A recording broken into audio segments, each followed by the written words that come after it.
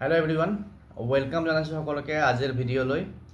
আজি দুপৰীয়াৰে পৰা এটা নিউজে চৰ্চা লাভ কৰি আহিছে আৰু সেই নিউজটোৰ কাৰণে আমি আসলতে যিসকলে গ্ৰেজুৱেট টিচাৰ আৰু পোষ্ট গ্ৰেজুৱেট টিচাৰৰ ৰিক্ৰুটমেণ্ট প্ৰচেছত প্ৰথম লিষ্টখনত তেওঁলোকৰ নাম অহা নাছিল বা প্ৰথম লিষ্টখনত যিসকলৰ নাম অহা নাছিল তেওঁলোকৰ কাৰণে আজিৰ এই নিউজটো যথেষ্ট এটা আশাৰ বতৰা বা পজিটিভ নিউজ, কাৰণ আমাৰ অসমৰ এটা আগশাৰীৰ নিউজ চেনেল ND24 পৰা পাব্লিছ হৈছে এটা গুৰুত্বপূৰ্ণ নিউজ আৰু প্ৰকাশ পাইছিল যে আমাৰ গ্ৰেজুৱেট টিচাৰ আৰু পোষ্ট গ্ৰেজুৱেট টিচাৰৰ যিখন কাট অফ মাৰ্কছৰ ছেকেণ্ড লিষ্টখন অতি শীঘ্ৰে প্ৰকাশ পাব, হয়তো কালি পৰহিও প্ৰকাশ পাব পাৰে। যিহেতু ইয়াত অতি শীঘ্ৰে বা শীঘ্ৰে বুলি কৈছে, এতিয়া এই যিখন কাট অফ মাৰ্কছৰ ছেকেণ্ড লিষ্টখনৰ কথা আমি শুনি আছিলোঁ, কাৰণ কিয় শিক্ষামন্ত্ৰী মহোদয়ো আজিৰ পৰা কিছুদিন আগত তেখেতে উল্লেখ কৰিছিল। তাৰ লগতে আৰু এটা কথা আমি শুনিছিলোঁ যে ৭,৫৮৮টা গ্ৰেজুৱেট টিচাৰ পষ্টৰ 1352টা ভেকেঞ্চিৰ কাৰণে কেণ্ডিডেট নাছিল আৰু সেইটো কাৰণে পুনৰ ছেকেণ্ড লিষ্ট ওলোৱাৰ কথা আছিল। তাৰপিছত আকৌ আমাৰ যি PGTৰ ভেকেঞ্চি আছিল তাতে 230টা পোষ্ট ভেকেণ্ট ৰাখিবলগীয়া হৈছিল বা ভেকেণ্ট থাকি গৈছিল উপযুক্ত কেণ্ডিডেটৰ অভাৱত। গতিকে এই যিখিনি ভেকেণ্ট আছে সেই ভেকেণ্টখিনিৰ কাৰণে ছেকেণ্ড যিখন মেৰিট লিষ্ট ওলাব বুলি কৈছে সেইকেইটা পষ্টৰ কাৰণে ওলোৱাৰ সম্ভাৱনা আছে। তাৰ লগত যদি আৰু ভেকেঞ্চি বাঢ়ি যায় সেইটো বেলেগ কথা, কিন্তু আমাৰ শিক্ষামন্ত্ৰী মহোদয়ে কৈছে যে এটা ইণ্টাৰভিউত মই দেখিছিলোঁ এটা ভিডিঅ' ক্লিপত যে যিখিনি পোষ্ট এডভাৰটাইজ হৈছিল, যিমানখিনি পোষ্ট এডভাৰটাইজ হৈছিল সেই গোটেইখিনি পোষ্ট যাতে ফিল আপ হয় তাৰে কাৰণে কেণ্ডিডেট নিৰ্বাচন কৰিবৰ কাৰণে সেৱাক নিৰ্দেশনা প্ৰদান কৰা হৈছিল। গতিকে ইয়াৰ পৰা আমি এটা কথা অনুমান কৰিব পাৰোঁ যে যিমানখিনি পোষ্ট এডভাৰটাইজ হৈছিল তাৰে গোটেইখিনি পোষ্ট ফিল আপ যাতে হয় তাৰে কাৰণে ছেকেণ্ড মেৰিট লিষ্ট পাব্লিছ হ'ব। এতিয়া ছেকেণ্ড মেৰিট লিষ্টৰ লগতে হিন্দী টিচাৰৰো এটা ইছ্যু হৈ আছিল বা হিন্দী টিচাৰৰ ৰিজাল্টখিনি কিবা কেছ ৰিলেটেড হয়তো ইছ্যুৰ কাৰণে পাব্লিছ হোৱা নাছিল।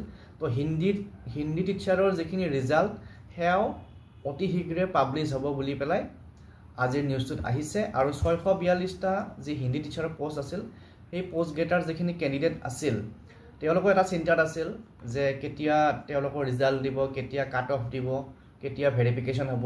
তো আজিৰ এই নিউজটোৱে নিশ্চয় তেওঁলোকৰ মনত শান্তি আনিছে যে ৰিজাল্টটো তেওঁলোকৰ ওলাব সোনকালে। আৰু এই GT হিন্দী ৰিজাল্টৰ কথাটো মই কালি অলপ অনুমান কৰিছিলোঁ, কাৰণ কিয় আদৰ্শ বিদ্যালয়ৰ যিটো গ্ৰেজুৱেট টিচাৰ হিন্দীৰ যি ভেৰিফিকেশ্যনৰ লিষ্ট আছিল সেইখন ইমান দিনে ওলোৱা নাছিল। কালি হঠাৎ আদৰ্শ বিদ্যালয়ৰ যি গ্ৰেজুৱেট টিচাৰ হিন্দী ভেৰিফিকেশ্যনৰ লিষ্টখন উলিয়াই দিছিল। গতিকে তাৰ পৰাই আমি এটা আইডিয়া পাইছিলোঁ যে হয়তো হিন্দীৰ মেটাৰটো অলপ ৰিজল্ভ হৈছে। এতিয়া যিয়ে নহওক, আমাৰ যিসকলৰ ছেকেণ্ড মেৰিট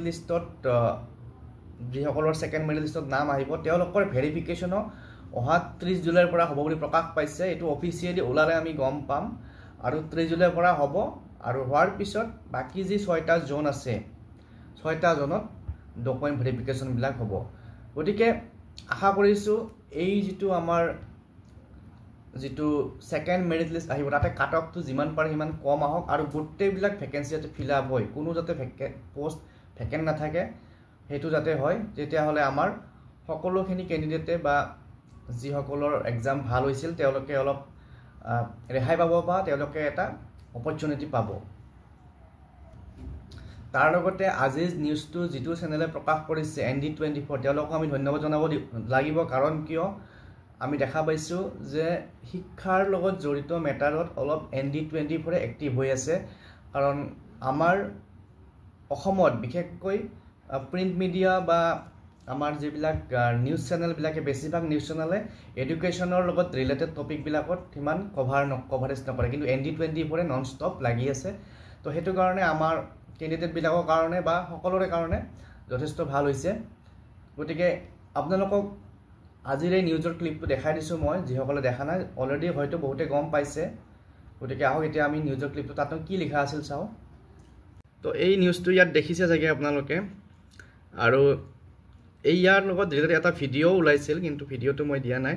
তো ইয়াত দেখিছে শীঘ্ৰে প্ৰকাশ পাব GT PGTৰ কাট অফ মাৰ্কছৰ দ্বিতীয়খন তালিকা লগতে প্ৰকাশ পাব 642টা হিন্দী শিক্ষকৰ কাট অফ মাৰ্কছ আৰু নিৰ্ধাৰিত প্ৰক্ৰিয়া অনুসৰি আবেদনকাৰীয়ে ডাউনলোড কৰিব পাৰিব TCR নম্বৰ তালিকা গতিকে নিজৰ নম্বৰবিলাক আগৰ নিচিনাকৈ ডাউনলোড কৰিব পাৰিব আৰু ডাউনলোড কৰি পেলাই ভেৰিফিকেশ্যন যাব পাৰিব তাৰপিছত নম্বৰ তালিকাতে সন্নিৱিষ্ট থাকিব নথি পৰীক্ষণৰ স্থান আৰু সময় আৰু 30 জুলাইৰ পৰা আৰম্ভ হ'ব দ্বিতীয় পৰ্যায়ৰ নথি পৰীক্ষা 6টা মণ্ডলত হ'ব গতিকে এই নিউজটো আজি প্ৰকাশ পাইছে আশা কৰিছোঁ খুব সোনকালে আমাৰ এই সেকেন্ড মেৰিট লিষ্ট আৰু হিন্দী টিচাৰৰ কাট অফৰ লিষ্ট সোনকালে ওলাওক কালি পৰখিয়ে ওলাওক আৰু ওলালে যিমান সোনকালে ওলাব সিমান সোনকালে আমাৰ এইখিনি এপইণ্টমেণ্টটো একেবাৰে অক্টোবৰ মাহত একেলগে হোৱাৰ চান্সেছ থাকিব আৰু হয়তো গোটেইখিনি এপইণ্টমেণ্ট একেলগে হ'ব আৰু সেইকাৰণে চৰকাৰেও কামবিলাক বৰ দেৰি কৰা নাই আমি হয়তো ভাবি আছিলোঁ যে সেকেন্ড মেৰিট লিষ্ট কেতিয়া ওলাব গতিকে আজিৰ যিটো নিউজ ওলাইছে নিউজ যিটো দেখিলে আপোনালোকে এইটোৱে আমাৰ